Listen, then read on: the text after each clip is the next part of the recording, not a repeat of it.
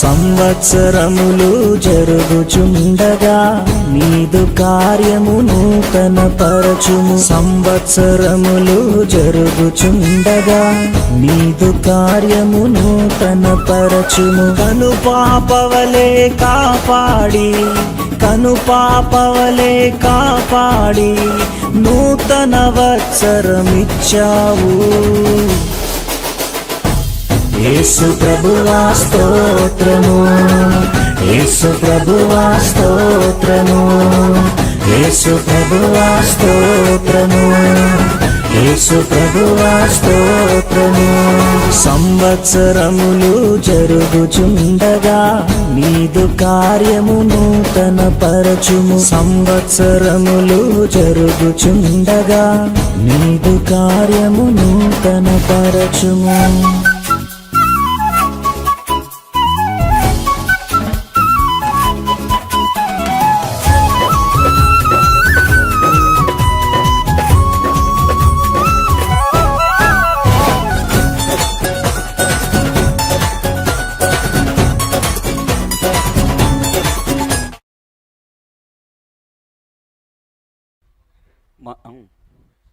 మన ప్రభువును రక్షకుడైన యేసు ప్రభువారి అతి శ్రేష్టమైన నామములో మీ అందరికీ హృదయపూర్వకమైన వందనములు, శుభములు తెలియచేస్తూ ఉన్నాను. ఈరోజు ఫ్రైడే కదా, ఉమెన్స్ మీట్ కదా, మరి పాస్టర్ గారు వచ్చారేంటని ఆలోచిస్తూ ఉన్నారా? ఈ ఉమెన్స్ మీటింగ్ ద్వారా మిమ్మల్ని అందరూ కూడా కలుసుకుని దేవుని వాక్యము మీతో కూడా పంచుకోవాలనే ఉద్దేశంతో నేను మీ మధ్యకు మీ ముందుకు రావటం జరిగింది. అలాగే ఈ విధంగా ప్రభువును బట్టి మిమ్మల్ని కలుసుకుంటాం బట్టి నేను ఎంతగానో ప్రభువుని స్తుతిస్తూ ఉన్నాను. మనము ప్రార్థనతో ఈ స్త్రీల కూడికను ప్రారంభించుకుందాం. శాశ్వతమైన ప్రేమతో మమ్మలను ప్రేమించుచున్న మా ప్రియ పరలోకపు తండ్రి, మీ పరిశుద్ధమైన అతి శ్రేష్టమైన నామమునకు వందనములు, స్తుతులు, స్తోత్రములు. ప్రభా, ఈ సాయంకాలపు వేళ ఈ విధముగా స్త్రీల కూడికలో మేమందరము కలిసి మిమ్మలను స్తుతించే భాగ్యము, మిమ్మలను కీర్తించే భాగ్యము, మీ నామమును మహిమపరచేటువంటి భాగ్యమును మీరు మాకు అనుగ్రహించినందుకు స్తోత్రములు. ప్రభా, ఎంతమంది ఈ లైవ్ ద్వారా ఈ ప్రత్యేకమైనటువంటి కార్యక్రమమును వీక్షిస్తూ ఉన్నారు, అటు బిడ్డలందరినీ అటు సహోదరులందరినీ కూడా మీరు దీవించండి, మీరు ఆశీర్వదించండి. ఈ స్త్రీల కూడిక మరి దీన్ని వీక్షిస్తున్న బిడ్డలందరికీ, ఈ వాక్యము వింటున్న వారందరికీ దీవెనకరముగాను మీకు మాత్రమే మహిమకరముగా జరిగించవలసిందిగా మా ముందున వెంటి పాటల్లో మీరు మాకు తోడుగా ఉండండి, వాక్య భాగంలో మీరు మాకు తోడుగా ఉండండి. ప్రతి విషయంలో మిమ్మల్ని మాత్రమే మీరు హెచ్చించుకుంటానికి సహాయం వచ్చేది. మేము తగ్గవలసి ఉంది, మీరు హెచ్చవలసి ఉంది కనుక మీ నామమును మేము మహిమపరుస్తుంటుండగా మీరు మహిమపరచబడి ప్రతి వారిని మీరు దీవించి ఆశీర్వదించవలసిందిగా క్రీస్తు నామములో ప్రార్థించి బ్రతిమిలాడి వేడుకుంటూ ఉన్నాము తండ్రి, ఆమేన్.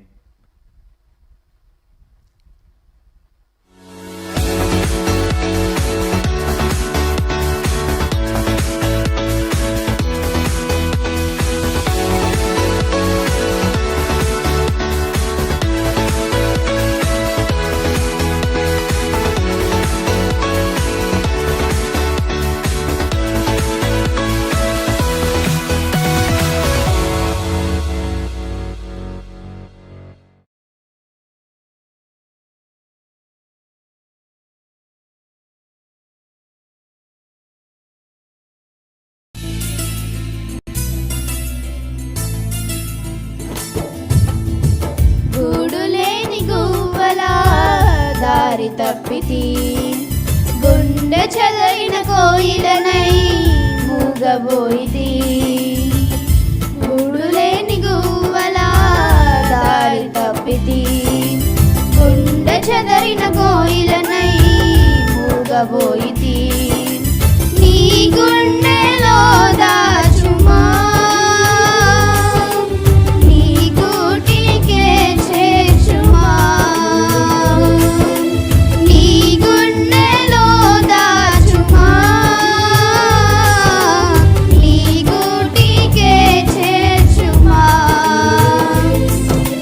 నా ప్రాణమా నా క్షేమము నీవయ్యా నా క్షేమమా నా ప్రాణము నీవయ్యా గూడులేని గువ్వలా దారి తప్పితి గుండె చెదరిన కోయిలనై మూగబోయితి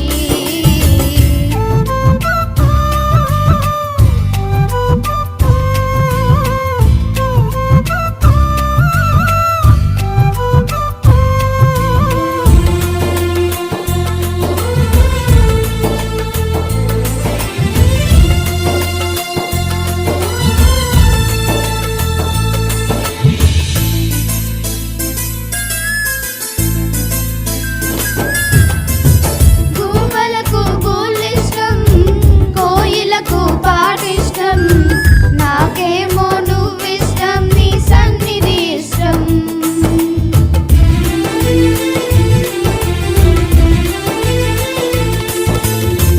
గువ్వలకు గూళ్ళిష్టం కోయిలకు పాటిష్టం నాకేమో నువ్విష్టం నీ సన్నిధి ఇష్టం నువ్వంటే ఇష్టం యేసయ్యా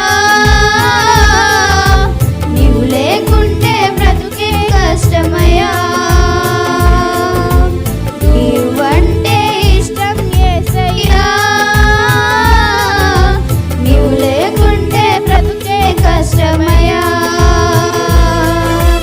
నా ప్రాణమా నా క్షేమము నీవయ్యా నా క్షేమమా నా ప్రాణము నీవయ్యా గూడులేని గువ్వలా దారి తప్పితి గుండె చెదరిన కోయిలనై మూగబోయితి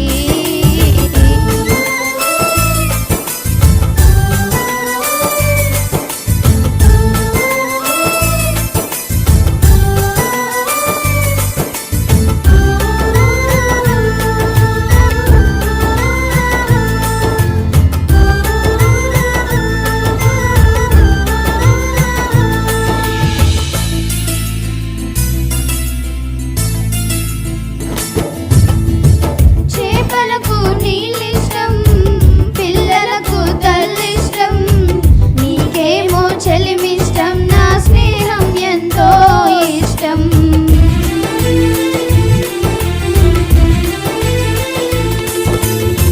చేపలకు నీళ్ళిష్టం పిల్లలకు తల్లిష్టం నీకేమో చెలిమిష్టం నా స్నేహం ఎంతో ఇష్టం నేనంటే నీకెంతో ఇష్టమయ్యా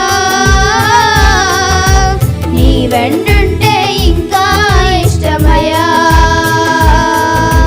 నేనంటే నీకెంతో ఇష్టమయ్యా నీ వెంటుంటే ఇంకా ఇష్టమయ్యా నా ప్రాణమా నా క్షేమము నీవయ్యా నా క్షేమమా నా ప్రాణము నీవయ్యా గూడులేని గువ్వలా దారి తప్పితి గుండె చెదరిన కోయిలనై మూగబోయితి నీ గుండెలో దాచుమా నీ గూటికే చేర్చుమా నీ గుండెలో దాచుమా నీ గూటికే చేర్చుమా నా ప్రాణమా నా క్షేమము నీవయ్యా నా క్షేమ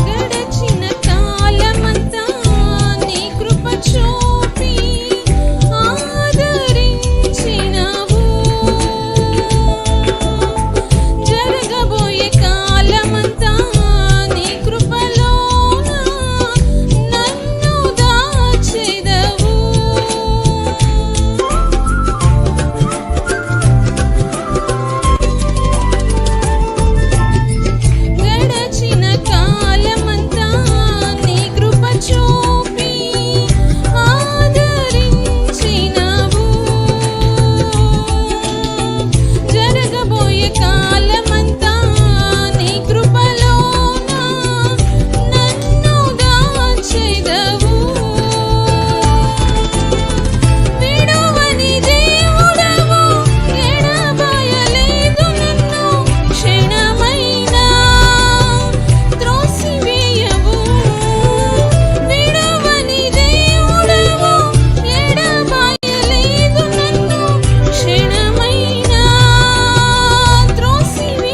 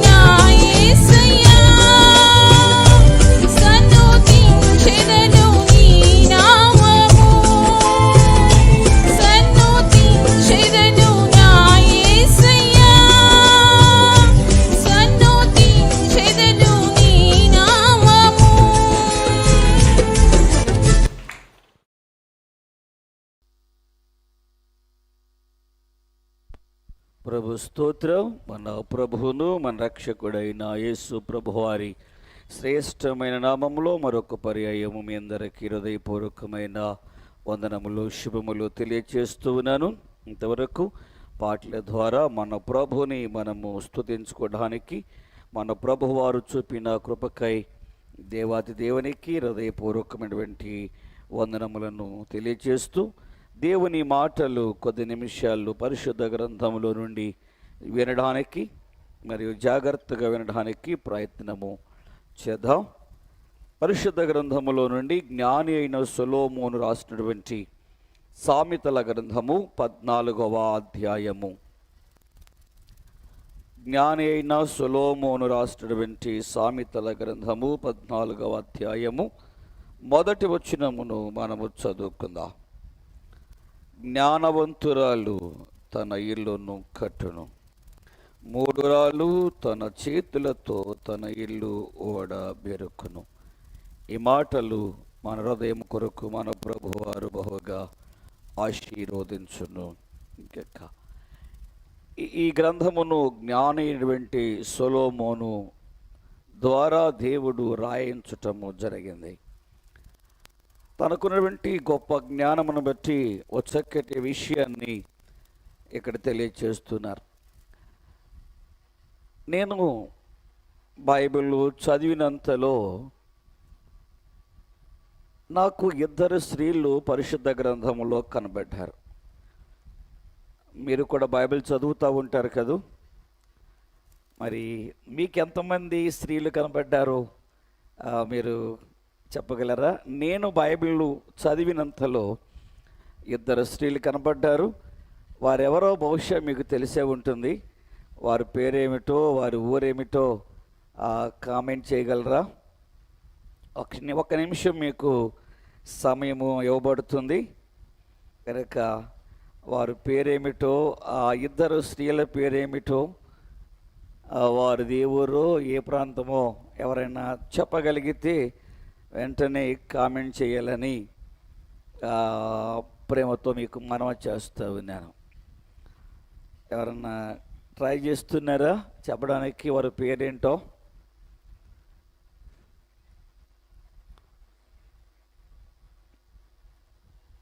వారు పేరేమిటంటే ఒకరు జ్ఞానము గల స్త్రీ, మరొకరు జ్ఞానము లేని స్త్రీ. మనం చదువుకోబెట్టి వచనములో 2 కనబడుతున్నారు కదా. జ్ఞానము గల స్త్రీ, జ్ఞానవంతురాలు, మరొకరు జ్ఞానము లేని స్త్రీ. ఏంటి జ్ఞానము గల స్త్రీ అని ఎలాగూ ఒక స్త్రీని గురించి మనము సంబోధించగలం? లేక జ్ఞానం లేని స్త్రీ అని ఒక సహోదరుని గురించి ఎలాగూ మనము సంబోధించగలము? ఈరోజు దేవుని వాక్యంలో నుండి మనము చూద్దాం. అంతకంటే ముందు మీ అందరికీ తెలిసినటువంటి ఒక మాట చెప్పాలని ఆశపడుతున్నాను. నేను దాని పేరు చెబితే దాని క్యాట్లాగ్ ఏంటో మీరు అందరూ కూడా చెప్పాలి. ఐడియా.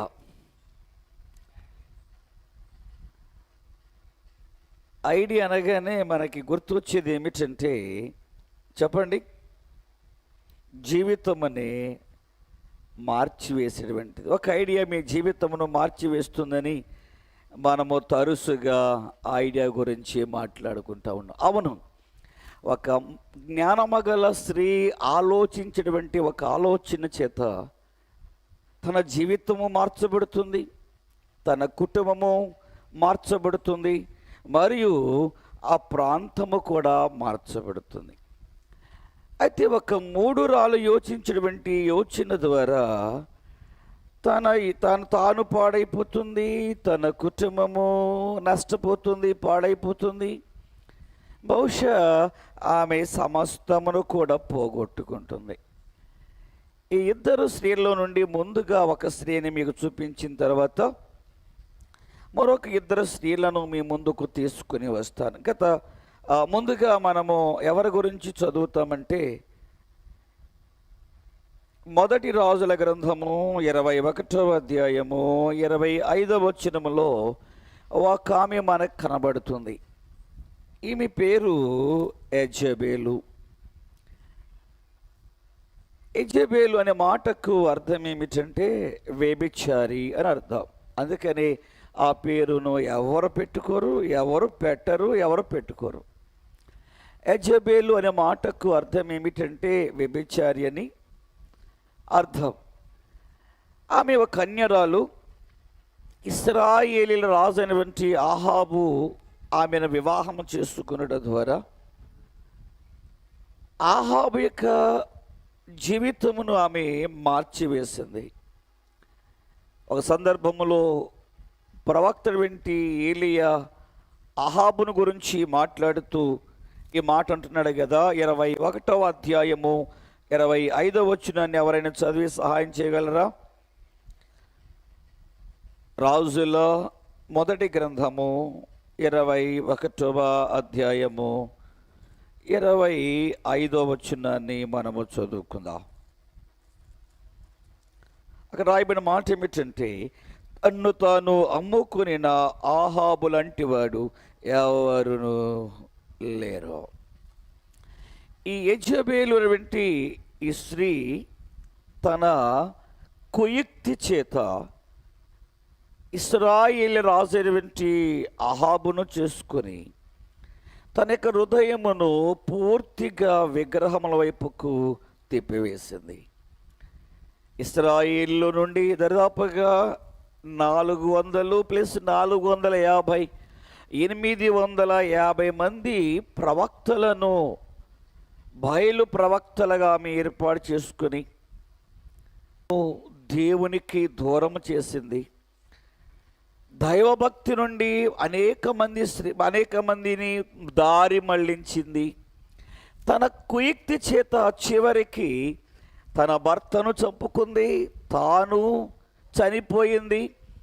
దేవుడు తరతరాలుగా వారి బిడలకు ఇచ్చినటువంటి ఆ స్వాస్యమును, ఆ రాజరికమును, ఆ సింహాసనమును, ఆ కిరీటమును, అధికారమును ఆమె పోగొట్టుకుంది.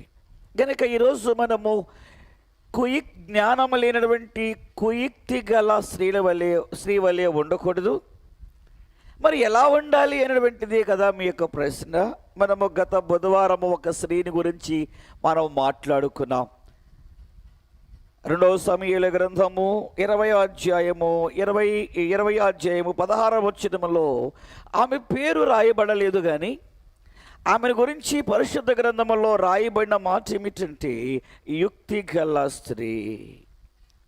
ఈరోజు ఈ లైవ్ ద్వారా వాక్యం విన్నటువంటి ప్రియ సహోదరులందరూ కూడా యుక్తి కలిగినటువంటి జ్ఞానము గల స్త్రీ వలె ఉండాలి అని, తద్వారా మిమ్మల్ని మీరు కాపాడుకుంటూ, మీ కుటుంబములను కాపాడుకుంటూ, మీ రక్త సంబంధులను కాపాడుకుంటూ దేవుని యొక్క సంపూర్ణమైనటువంటి ఆశీర్వాదములు మీరందరూ కూడా పొందాలని నేను మీ అందరి గురించి ప్రభువుని వేడుకుంటూ ఉన్నాను. అలాగే అలా ఉండాలని మీ గురించి నేను ఆశపడుతూ ఉన్నాను. అక్కడ ఒక యుక్తి కలిగినటువంటి స్త్రీ, గత బుధవారం కూడా ఈమె గురించి విన్నాం.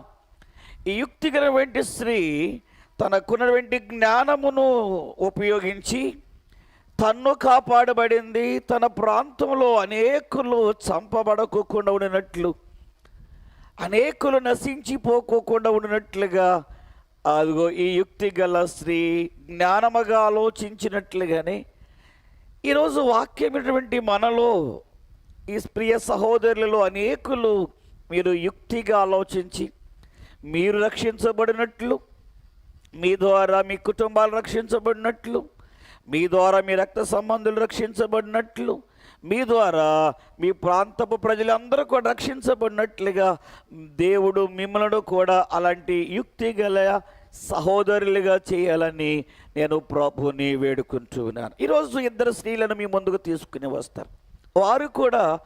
వారు కుయుక్తి చేత కాకుండా యుక్తి చేత వారు రక్షించబడ్డం మాత్రమే కాదు, అనేకులను వారు రక్షించగలిగారు. చాలామంది ఈ దినాలలో యుక్తిగా ఉండటం కాకోకుండా కుయుక్తిగా ఉంటూ ఉన్నారు. విశ్వాసులు కూడా చాలామంది కుయుక్తిగా ఉండటం ద్వారా వారు నష్టపోతున్నారు, వారి కుటుంబాలు కూడా నష్టపోతూ ఉన్నాయి. కుయుక్తి కలిగినటువంటి మనస్సును ప్రభువారు ఎప్పుడు కూడా ఇష్టపడరు.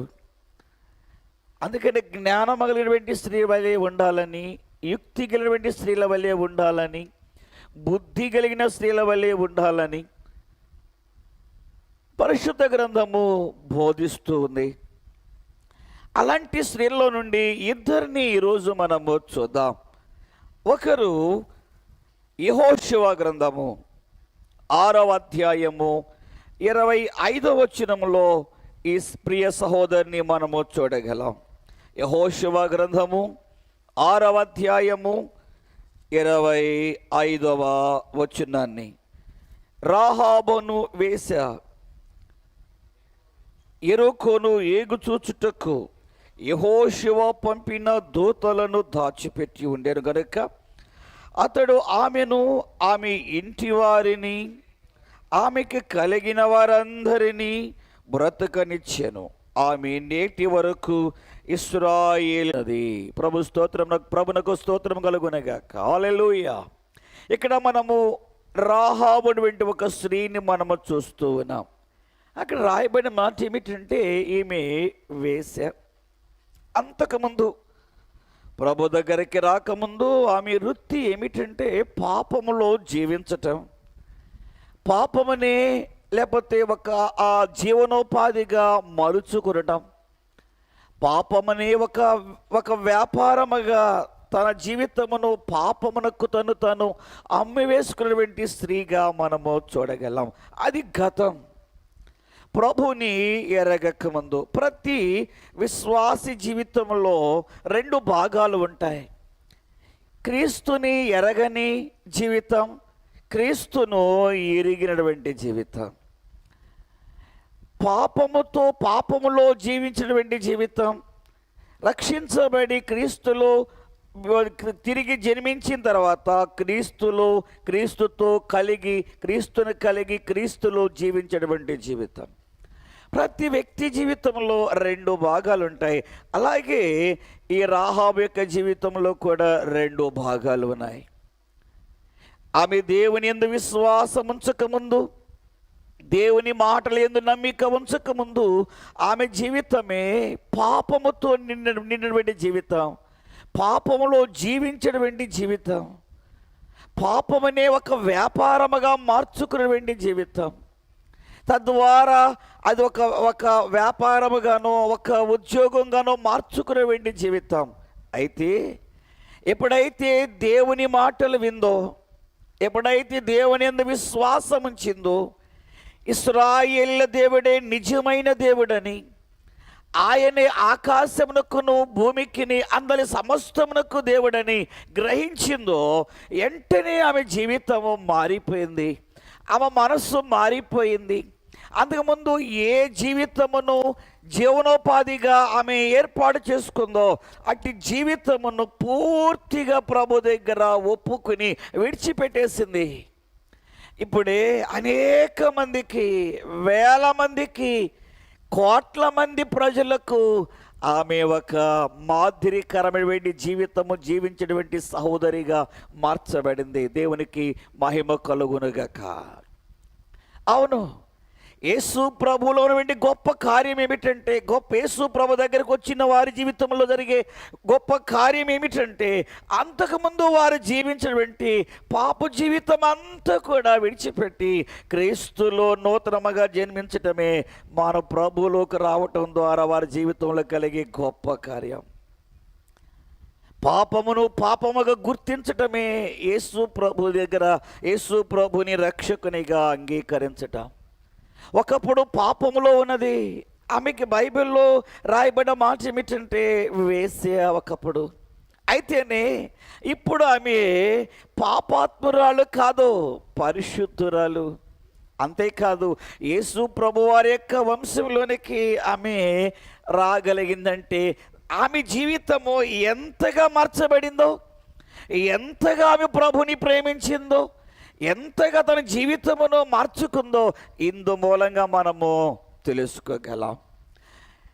యెహోషువ కాలంలో యెరికోను జయించడానికి ఇద్దరు మనుషులను వేగు చూడడానికి పంపించారు. వారు ఆ ప్రాంతం అంతా కూడా తిరిగి ఈ రాహాబు దగ్గరికి వచ్చి అక్కడ కూర్చుని వారు మాట్లాడుకుంటూ ఉన్నారు. దేవుడు ఈ యెరికో పట్టణమును ఏం చేయబోతున్నాడో, యెరికో పట్టణం మీదకి దేవుడు పంపించబోయే ఆ ఉగ్రతను గురించి, ఆ భయంకరమైనటువంటి ఆ పరిస్థితుల గురించి వారు మాట్లాడుకుంటాము. ఆమె ఏగో చాటున ఉండి వింది. మరొక ఈమె యుక్తిగల స్త్రీ కాకుండా కుయుక్తిగలటువంటి స్త్రీ అయితేనే ఈ సమాచారము యెరికో రాజుకును పెద్దలకు చేరవేసి వారిని పట్టించి బహుశా వారిని చంపేసేవారేమో యెరికో రాజుగారు, యెరికో అధికారులు ఇద్దరిని. అయితే ఈమె చేసినటువంటి గొప్ప పని ఏమిటంటే కుయుక్తిగా కాదు, యుక్తిగా ఆలోచించింది. నేను నా పట్టణమునకు నేను మేలు చేయాలనే ఉద్దేశంతో తన కుటుంబము నశించిపోవడానికి ఇష్టపడలేదు. తన పట్టణపు ప్రజలతో కూడా ఆమె కుటుంబము నశించిపోకోకుండా ఉండనట్లు ఆమె జ్ఞానము గల స్త్రీ వలె ఆలోచించింది, బుద్ధి గల స్త్రీ వలె ఆలోచించింది, యుక్తి గల స్త్రీ వలె ఆలోచించింది. అది ఆ ఆలోచన ఆమెకు ఎంతో మంచి చేసింది. వారు మాట్లాడుకుంటుండేగా అవన్నీ జాగ్రత్తగా వింది.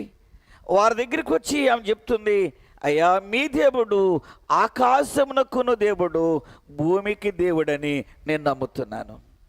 మీ దేవుడు ఈ పట్టణమునకు చేయబోతున్నటువంటి, ఈ మహాపట్టణమునకు చేయబోతున్నటువంటి ఆ కార్యమును బట్టి, లేకపోతే ఈ మహాపట్నం మీదకి రాబోతున్నటువంటి ఉగ్రతను బట్టి నేను విన్నప్పుడే నా గుండెలు ఇగో జారిపోయాయి. నేనెంతో భయపడ్డాను, నా గుండె పగిలిపోయింది.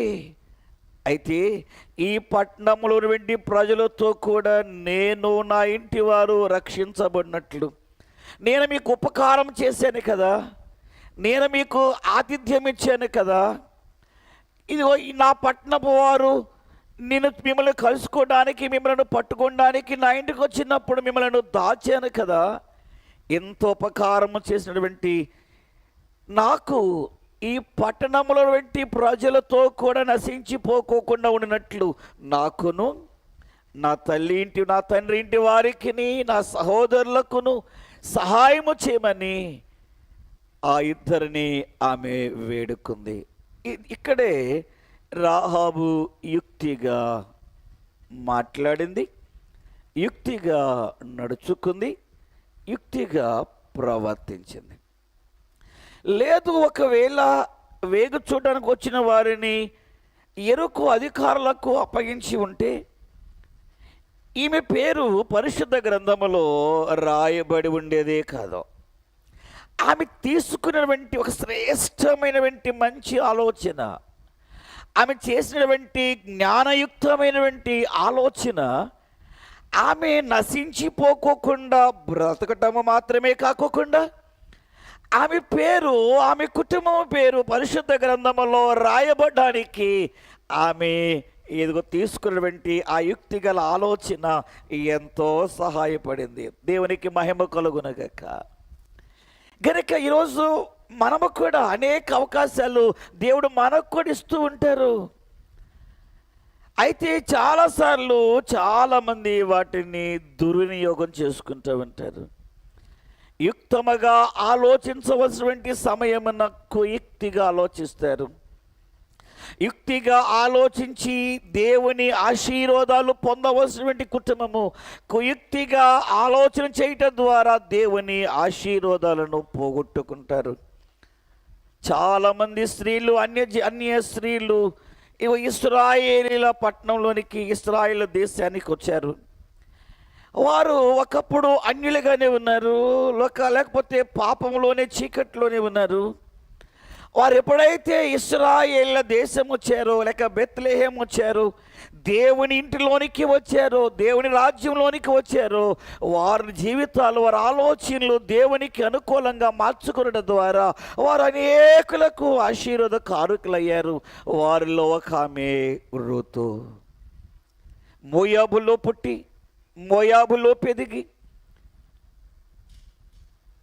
నయోమి కోడలుగా ఆమె ఆ ఇంటిలోనికి వచ్చిన తర్వాత, ఆమె బెత్లెహేముకు వచ్చిన తర్వాత, నయోమి దేవుడే నిజమైన దేవుడు, ఆయన లోకరక్షకుడు, ఆయన సృష్టికర్త, ఆయన జీవము కలిగిన వాడు, ఆయనే సర్వశక్తిమంతుడని హృదయమందు విశ్వాసం ఉంచడం ద్వారా నయోమి దేవునినే తన దేవునిగా అంగీకరించడం ద్వారా చరిత్రలో ఒక మంచి స్త్రీగా రూతు మిగిలిపోయింది.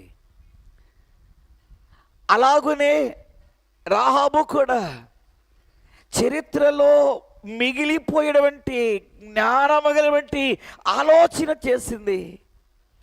ఆ సమయంలో బహుశా మూర్ఖముగా ఆలోచించి ఉంటే, కుయుక్తిగా ఆలోచించి ఉంటే ఆమెకు చరిత్రే ఉండేదే కాదు. ఆమె తనను కాపాడుకోగలిగింది కాదు, తన కుటుంబమును కాపాడుకోగలిగేది కాదు. ఒక స్త్రీ జ్ఞానముగా, యుక్తిగా ఆలోచన చేయటం ద్వారా, జ్ఞానముగా నడుచుకునటం ద్వారా, జ్ఞానముగా ఆలోచించి ఆ జ్ఞానమును అవలంబించడం ద్వారా, చాలామంది జ్ఞానంగా ఆలోచిస్తారు కానీ దానిని ఏమంటారు, అవలంబించలేరు, దానిని ప్రాక్టికల్గా తీసుకుని రాలేరు. ఆ జ్ఞానయుక్తమైన ఆలోచనలే వారి హృదయంలోనే, వారి మనసులోనే పెట్టుకుని అలాగే ఉంటారు. కొంతమంది జ్ఞానం లేకుండానే ఆలోచిస్తారు, కుయుక్తిగానే ఆలోచిస్తారు. రాహాబు యుక్తి గల స్త్రీ వలె ఆలోచించింది. ఇక చెప్తున్నారు, ఒక రాయబడిన మాట ఏమిటంటే, నేటికి ఆమె నశించిపోకుండా ఇశ్రాయేలీల మధ్య ఉన్నట్లుగా దేవుడు ఆమెను, ఆమె తండ్రి ఇంటి వారందరినీ కూడా కాపాడారు. యేసు ప్రభువారి యొక్క చరిత్రను మనం చూసినట్లయితే ఆ వంశం యొక్క జాబితాలో 5 స్త్రీలు ఉన్నారు. వారిలో ఒక స్త్రీగా రాహాబు చరిత్రకు ఎక్కారు. ఎందుకు జరిగిందంటే, ఒక స్త్రీ తీసుకున్నటువంటి మంచి నిర్ణయం, ఒక స్త్రీ ఆలోచించినటువంటి జ్ఞానయుక్తమైనటువంటి ఆలోచన ఆమె చరిత్రలో నిలిచిపోయేటట్టుగా చేసింది. అంతేకాదు, తన ఇంటి వారందరినీ కాపాడుకుంది. వారు చెప్పారు, మేము వచ్చినప్పుడే ఎవరైతే ఇంటి లోపల ఉంటారో వారందరూ కూడా రక్షింపబడతారు, వారందరినీ కూడా మేము కాపాడుతాం. అవును, వారందరినీ, బహుశా ఆమె ఇంటి వారందరినీ ఆ ఇంటిలోనికి చేర్చడానికి ఆ జ్ఞానం గల స్త్రీ ఎన్ని ప్రయత్నాలు చేసిందో. చాలాసార్లు మనము మన కుటుంబాలతో మందిరానికి వచ్చినప్పుడు ఈ పిల్లలు లోపల కూర్చోమంటే కూర్చోరు, అసలు రారు. వచ్చిన లోపల కూర్చోమంటే కూర్చోరు. చాలామంది పిల్లలే కాదు, పెద్దవారు కూడా ఆరాధనకి వస్తారు కానీ ఎప్పుడు బయటికి వెళ్ళిపోదామా, ఎప్పుడు బయట కూర్చుందామా అని ఆలోచన చేస్తారు. చాలామంది వచ్చి బయటే కూర్చుంటారు. నేను అంటాను, మరి వారికి ఎంత జ్ఞానం ఉందో మరి నేను చెప్పలేను.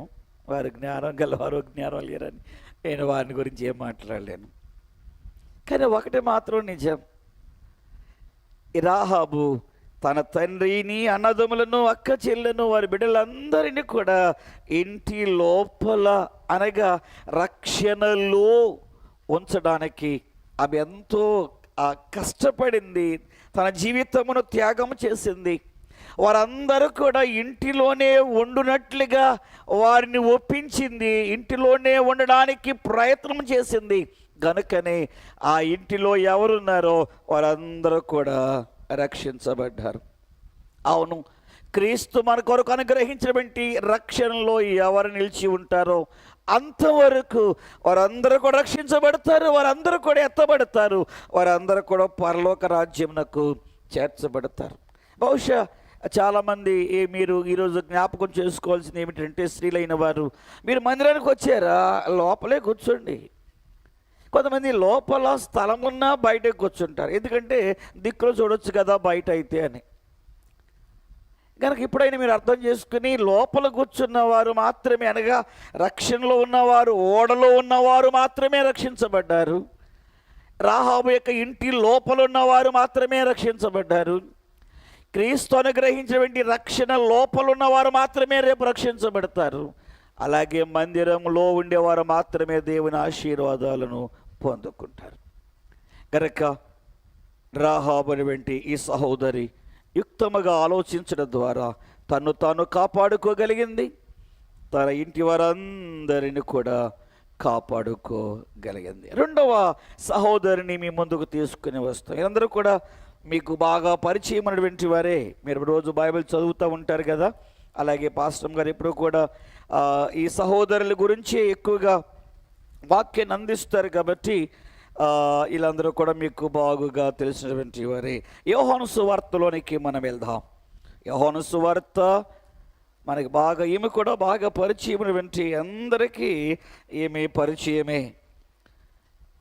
4వ అధ్యాయము 39వ వచనాన్ని మనం చదువుకుందాం. యోహాను సువార్త 4వ అధ్యాయము 39వ వచనం. నేను చెప్పినవన్నీయు, నేను చేసినవన్నీయు నాతో చెప్పినని సాక్ష్యం ఇచ్చిన ఒక స్త్రీ యొక్క మాటను బట్టి ఆ ఊరిలోని సమరీలలో అనేకులు ఆయనందు విశ్వాసముంచిరి.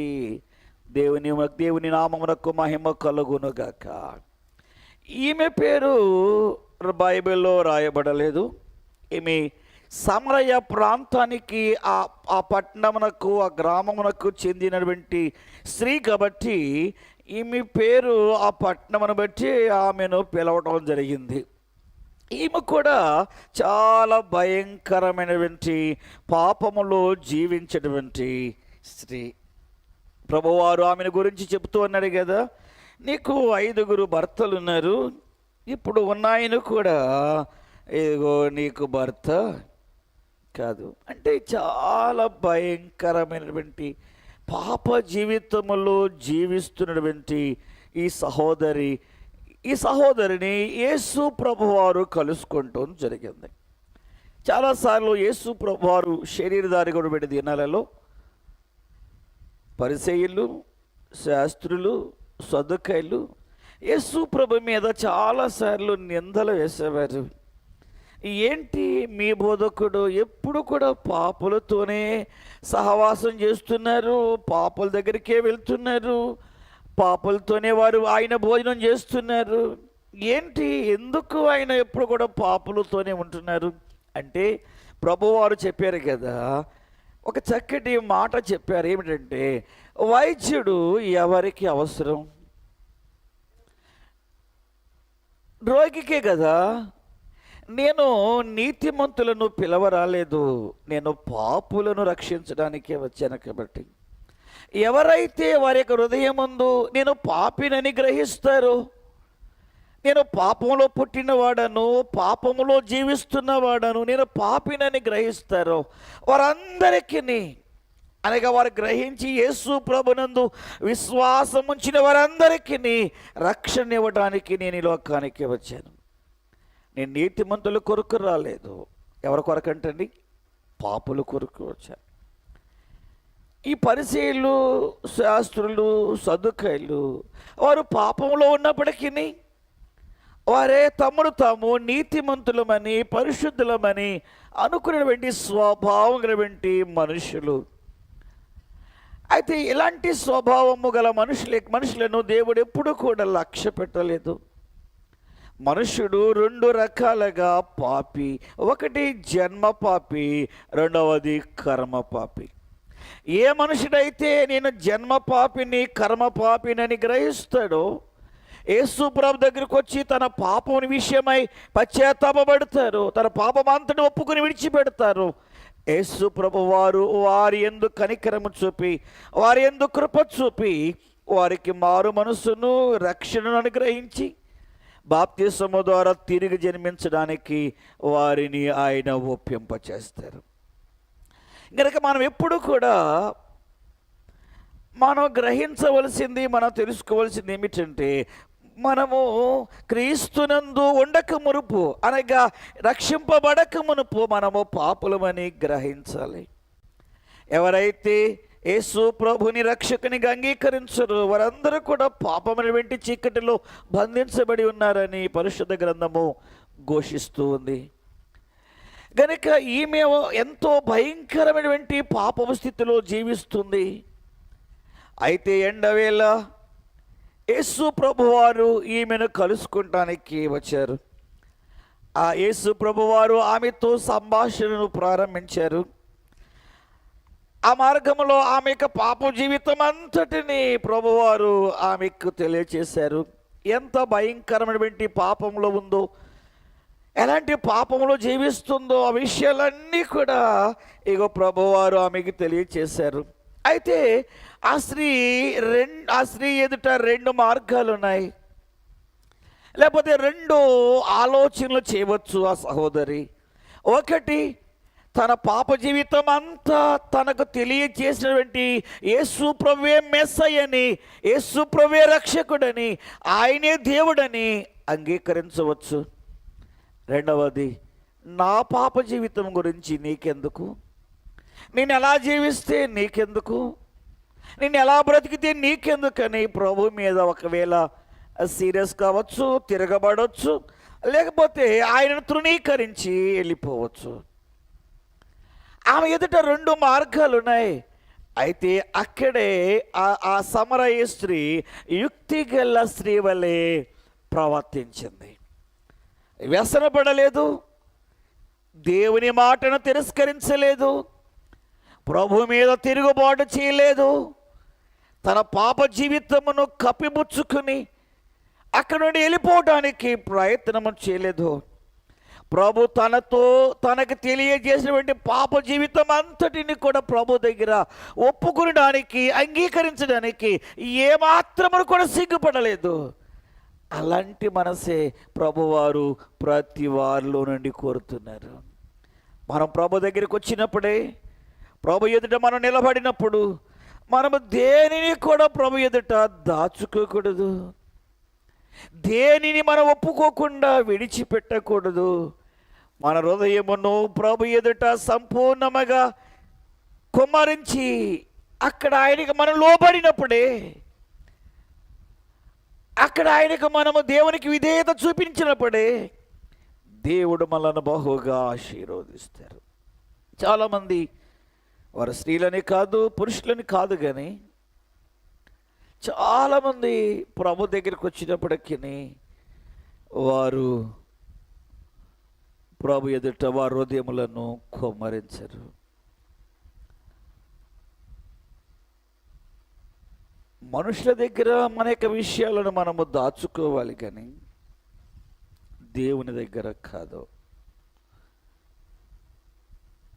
మన పాపములను మనము కప్పుకొని నెడలా మనము దేవుని ఆశీర్వాదమును పొందలేము. ఆమె పాపపు జీవితంలో ఉన్న మాట నిజమే.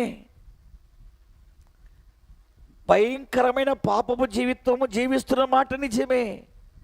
ప్రభువారు ఆమె యొక్క పాపపు జీవితం అంతటిని ఆమెకి తెలియచేసినప్పుడే ప్రభు మాటను నిరాకరించలేదు, తిరుగుబాటు చేయలేదు, అవన్నీ కప్పుపుచ్చుకుంటానికి ఆమె ప్రయత్నము చేయలేదు. అవును ప్రభువా, నేను అలాంటి పాపపు జీవితంలోనే, మీరు ఏమైతే చెప్పారో అలాంటి పాపపు జీవితంలోనే నేను ఉన్నాను, నన్ను క్షమించండి అని ఆమె చెప్పడానికి పాపమునకు సూచనగా ఉన్నటువంటి కొండను విడిచిపెట్టింది. ఆమె తీసుకున్నటువంటి నిర్ణయం జ్ఞానయుక్తమైనది.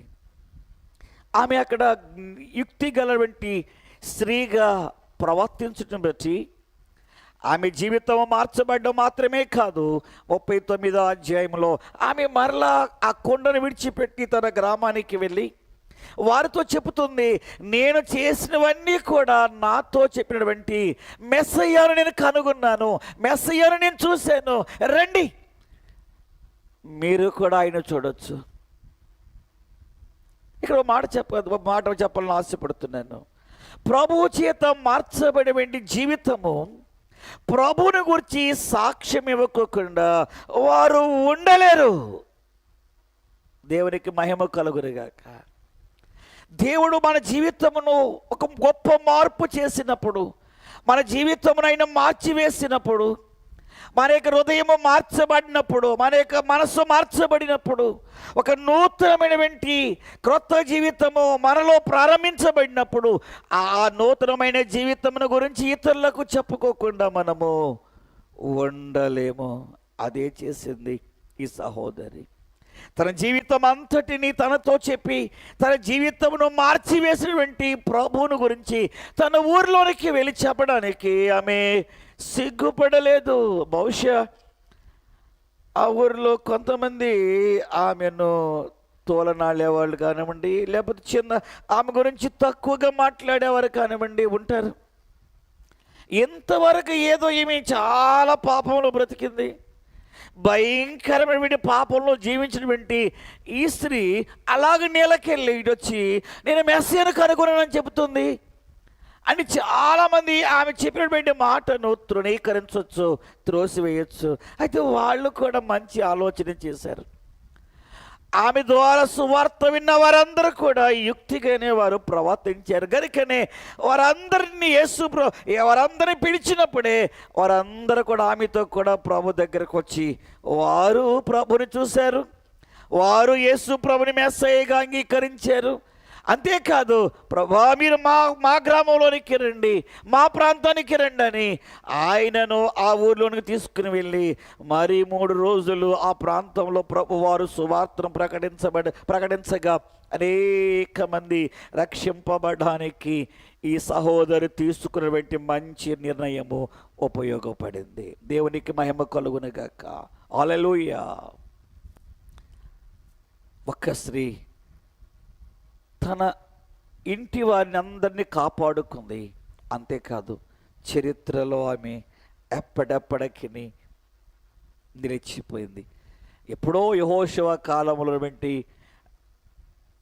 రాహాబును గురించి ఈరోజు మనం వింటున్నామంటే, మాట్లాడుకుంటున్నామంటే, ఆమె తీసుకున్నటువంటి నిర్ణయము ఎంత జ్ఞానయుక్తమైందో చూడండి. అలాగే ఈ సమరయ స్త్రీ తీసుకున్నటువంటి ఒక జ్ఞానయుక్తమైనటువంటి ఆలోచన, ఆమె పాప జీవితము మార్చబడ్డ మాత్రమే కాదు, అలాంటి బ్రతుకులలో అలాంటి బ్రతుకుల్లో ఉన్నటువంటి అనేక మంది మార్చబడ్డానికి, స్త్రీలు పురుషులు మార్చబడ్డానికి, ఆ గ్రామము ఆ ప్రాంత ప్రజలందరూ కూడా యేసు ప్రభువే మెస్సయ్యని, రక్షకుడని, ప్రభువని అంగీకరించడానికి ఒక స్త్రీ ఎంత మంచి నిర్ణయం తీసుకుందో చూడండి. యెజబెలు కుయుక్తితో జీవించడం బట్టి తన రాజ్యమును, భర్తను, సమస్తమును కోల్పోయింది. రాహాబు ఈ సమరయ స్త్రీ యుక్తిగా ప్రవర్తించడం బట్టి, యుక్తిగా ఆలోచన చేయటం బట్టి వారు చరిత్రలో నిలిచిపోయారు. వారు ఎప్పుడో జీవించారు, కానీ వారి సాక్ష్యము నేటికి మన మధ్య సజీవముగా ఉంది. అంటే వారు తీసుకున్నటువంటి ఆ ఆలోచన ఎంత జ్ఞానయుక్తమైందో చూడండి. నేను ముగిస్తున్నాను. ఈరోజు మనము కూడా యుక్తి గల స్త్రీ వలె మార్చబడాలని నేను కోరుతూ ఉన్నాను.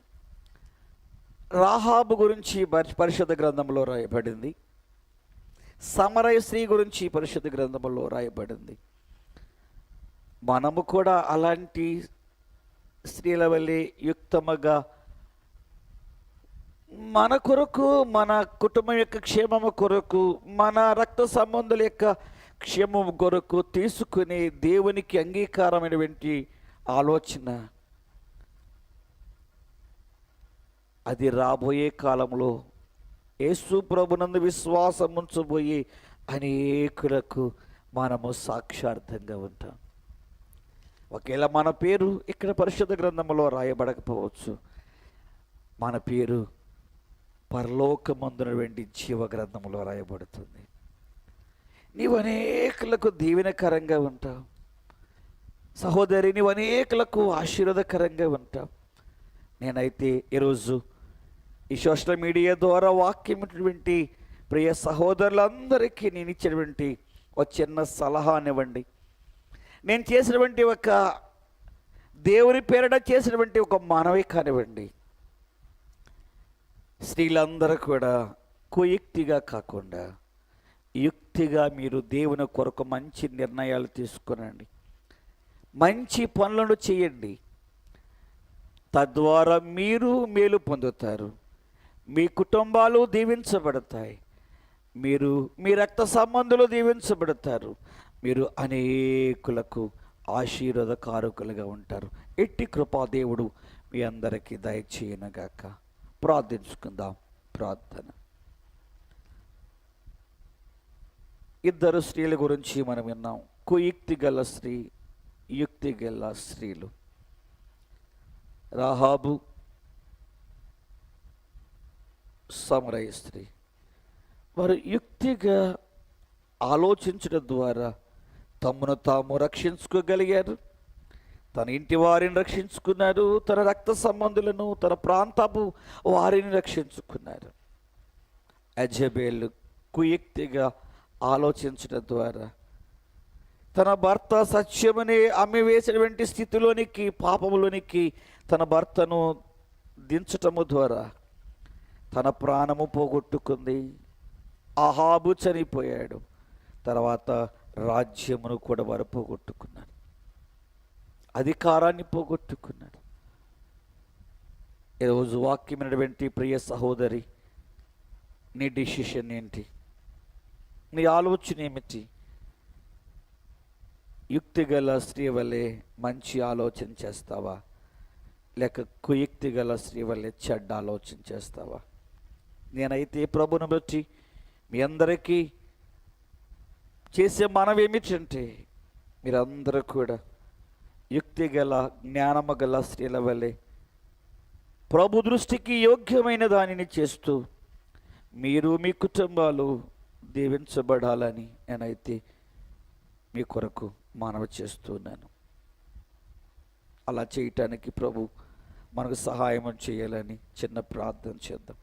అత్యంత కృప కలిగిన యేసుక్రీస్తు ప్రభు, ఇంతవరకు మీ మాటలు మేము విన్నాం. ఇద్దరు స్త్రీలను మా ముందుకు తీసుకుని వచ్చారు. జ్ఞానము గల స్త్రీ, జ్ఞానం లేనటువంటి స్త్రీ. జ్ఞానం లేనటువంటి స్త్రీగా యెజబెలు మా ముందుకు తీసుకుని వచ్చారు. జ్ఞానము గల స్త్రీల వల్లే రాహాబును, సమరయ స్త్రీని మా ముందుకు తీసుకుని వచ్చారు. వారు ఏ విధముగా వారి కుటుంబాలను కాపాడుకున్నారు, వారు ఏ విధముగా చరిత్రలో స్థిరస్థాయిగా నిలిచిపోయారు.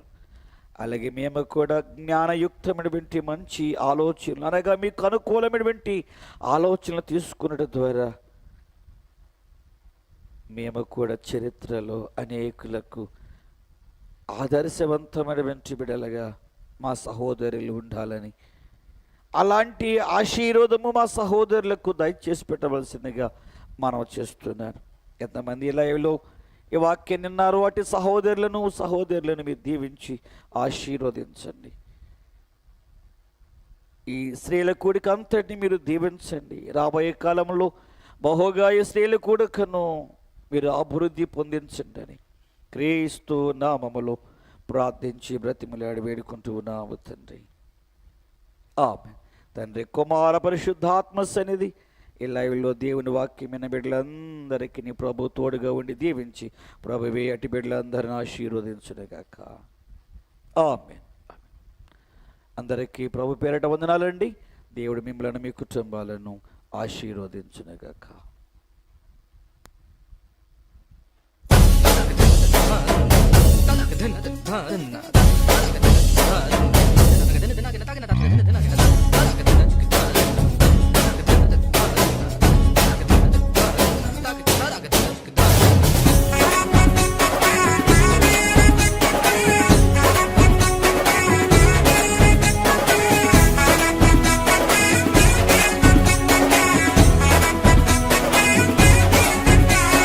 సంవత్సరములు జరుగుచుండగా నీదు కార్యము నూతన పరచుము. సంవత్సరములు జరుగుచుండగా నీదు కార్యము నూతన పరచుము. కను పాపవలే కాపాడి నూతన వత్సరమిచ్చావు. యేసు ప్రభువా స్తోత్రము, యేసు ప్రభువా